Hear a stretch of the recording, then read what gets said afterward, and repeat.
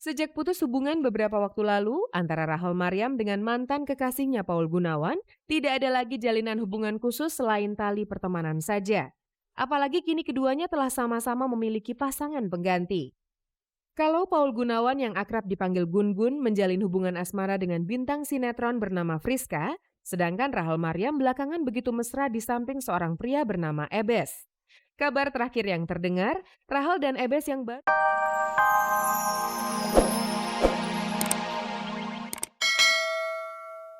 Pada segmen flashback berikut ini akan kami suguhkan sebuah kisah perjalanan karir dari Farhan. Tidak pernah terpikirkan sebelumnya oleh Farhan untuk menjadi seorang presenter kondang seperti sekarang.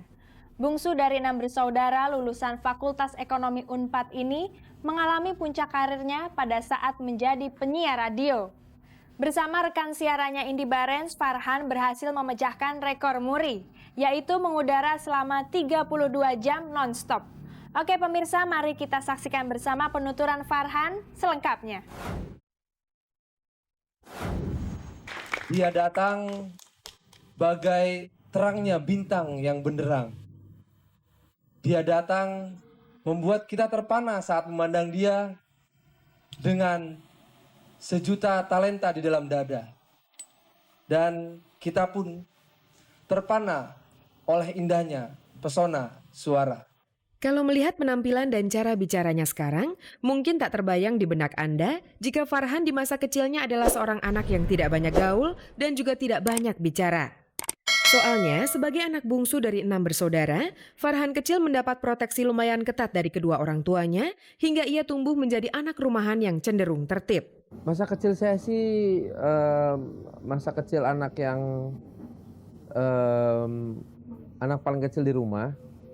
Dan agak lumayan di overprotect sama orang tua ya, karena lebih banyak di rumah. Jadi saya lebih senang baca buku, baca majalah, semua jenis majalah saya baca, semua jenis buku saya baca, termasuk juga acara TV, dengerin radio. Berkat kebiasaan membaca dan mengikuti acara-acara di media elektronik itu, Farhan kemudian saat SMP memiliki bekal untuk aktif di berbagai kegiatan ekstrakurikuler. Mulai saat itu ia kerap dituntut untuk mampu berbicara dan presentasi di depan teman-temannya. Kayaknya di situ kali dasar-dasar saya kenapa saya menjadi senang ngomong depan orang gitu ya.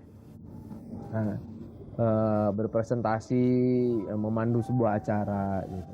Bersama teman-teman di sekolahnya itulah Farhan mulai mengenal dan sering tampil dalam drama musikal yang berbau parodi. Nah, begitu saya SMA masuk ke Universitas Brawijaya, Fakultas Ekonomi, ketemu dengan teman-teman yang mungkin sekarang banyak dikenal juga oleh pemirsa ya.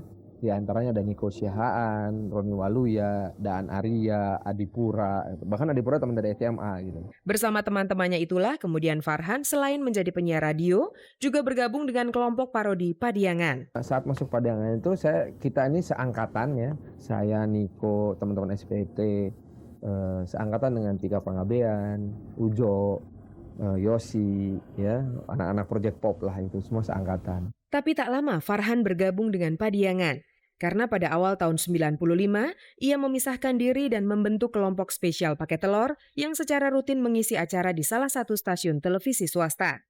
Sejak saat itu sosok Farhan makin akrab di benak pemirsa layar kaca. Penampilan awalnya kala itu belum begitu banyak menarik perhatian. Sebagai pemula Farhan masih mencari ciri. Waktu itu saya memang sedang mencari-cari. Farhan itu pembawa acara seperti apa sih? Saya merasa tidak punya karakter, saya merasa tidak punya kepribadian waktu itu. Nah, sampai suatu hari Bapak Apollo K. Arelano selaku manajer produksi di RCTI bertanya sama saya tahun 96 bulan Mei. Dia nanya, Han, kalau kamu diberi pilihan untuk menjadi pemandu acara pertandingan sepak bola Piala Eropa tahun 96 di London, atau kamu menjadi pembawa acara adaptasi dari luar negeri yang namanya Trikamera, dikerjain di Australia. Sepulang dari Australia, ilmu Farhan di bidang pertelevisian dan panggung hiburan berkembang pesat. Tapi semua itu tidak langsung mampu mendongkrak karirnya, baik sebagai pembawa acara hiburan di televisi maupun radio. Di saat karirnya belum begitu cemerlang, pada tahun 98 Farhan memutuskan untuk segera menikahi Aya Aryati. Dia sempat gak mau. Dia bilang, gue gak mau pacaran sama artis. Gue punya beberapa temen gue artis dan gue ngeliat hidup mereka nggak enak sama sekali gitu. Hampir putus. Sampai tahun 97, Desember tahun 97, itu setelah kita hampir 2 tahun pacaran, saya bilang ini, sekarang gini deh, kalau emang mau putus banget deh, saya akan memberikan tawaran terakhir. Bulan puasa tahun 97 itu, saya akan melamar kamu jadi istri saya. Kalau kamu mau, kita akan kawin. Kalau kamu nggak mau, baru kita putus. Waktu seminggu, nggak usah ketemu dulu. Sampai satu hari dia nelfon, besok lo ada acara nggak? Nggak ada. Kalau gitu orang tua gue nunggu. Gitu. Setahun setelah pernikahan, Farhan banyak mengalami cobaan. Putra pertama Farhan dan Aya yang diberi nama Muhammad Rizky Khalid memang lahir dalam keadaan kurang menguntungkan. Karena paru-paru sebelah kirinya tidak berkembang. Jadi kena radang paru-paru. Jadi mesti dioperasi 2 kali yang mengembalikan paru-parunya supaya berkembang pada usia 1 bulan. Kemudian kakinya itu somehow tulang kakinya kena infeksi. Karena dari tubuhan radang paru-paru itu jatuhnya kan ke peredaran darah. Jatuhnya tulangnya mesti dioperasi juga. Kemudian pada usia 18 bulan Rizky ini dideteksi memiliki gejala autisme. Pada usia 3 tahun divonis dia autis. Baru ketika memasuki milenium baru, karir Farhan sebagai pembawa acara mulai menanjak. Berbagai penghargaan berhasil ia raih. Selain mampu menyabet Piala Panasonic Award sebagai pembawa acara televisi, bersama Indy Barens pada tahun 2001, Farhan juga mampu mencatatkan dirinya sebagai pemecah rekor siaran radio terlama di Indonesia. Di tahun ini pula ia dikaruniai anak kedua yang diberi nama Muhammad Bisma Wibisana. Kini hidup Farhan relatif mapan. Karir dan rumah tangga berjalan seiring harapan. Sebagai selebritis, Farhan adalah satu dari sedikit orang yang mampu menjaga keharmonisan rumah tangga. Jauh dari gosip yang kurang sedap. Sampai sekarang, walaupun saya tidak menyebut keluarga saya sebagai keluarga yang sempurna, jauh lah dari sempurna. Saya juga bukan seorang suami yang baik dan saya belum menjadi seorang ayah yang baik. Demikian juga istri saya, dia bukan seorang istri yang sempurna dan juga belum menjadi ibu yang baik. Gitu kan? Tapi kita sama-sama belajar untuk menuju ke sana. Satu hari nanti insya Allah mungkin kita bisa menyaingi orang tua kita yang sudah nikah 50 tahun, 40 tahun. Mereka bisa bertahan, masa kita enggak sih? Itu aja. Sejak putus hubungan beberapa waktu lalu antara Rahel Maryam dengan mantan kekasihnya Paul Gunawan, tidak ada lagi jalinan hubungan khusus selain tali pertemanan saja. Apalagi kini keduanya telah sama-sama memiliki pasangan pengganti.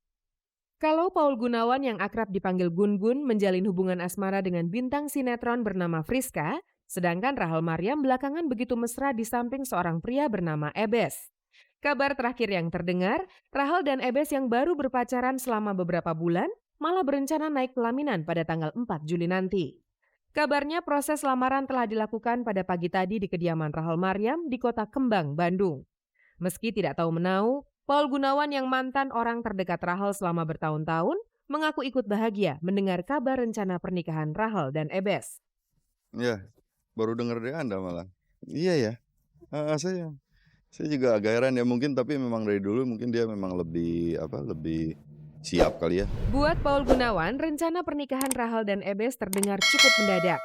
Tapi ia mengaku senang dan berharap pernikahan ini akan berjalan lancar dan langgeng. Ya, selamat deh, selamat sama Rahel. Jadi semoga bahagia, semoga langgeng terus gitu. Seperti Paul Gunawan, Dian Sastrowardoyo, teman dekat Rahel Maryam, mengaku terkejut mendengar kabar rencana pernikahan Rahel dan Ebes yang terkesan begitu mendadak. Sumpah aku nggak tahu. Nah, itu komentarnya gimana, Say? Bohong. Bohong apa gosip sih? Bener. Kalau sampai beneran, gue nggak tahu loh. Rahel kenapa nggak bilang sama gue sih? Bohong kali, gosip kali ya? Gosip kali, gue nggak tahu. Ini beneran gosip apa beneran sih? Beneran. Asli. Kok dia lamaran sih hari gini? Kan baru jadi. Meski hubungannya dengan Rahel sangat dekat, ia mengaku tak pernah mendengar langsung dari Rahel mengenai rencananya untuk mengakhiri masa pacaran dengan Ebes yang terbilang cukup singkat itu. Aduh Rahel. Ya Allah. Sumpah kalau lo emang bahagia dan seneng ya, gue ikut seneng buat lo. Awas ya lo kalau kagak undang gue, gila lo. Intinya pesennya itu aja, tapi gue ikut bahagia. Kalau lo butuh bantuan apa-apa, I'm here for you. Oh ya, jangan lupa karirnya mesti diterusin gitu. Mungkin jangan ditinggalin karena potensinya banyak gitu ya.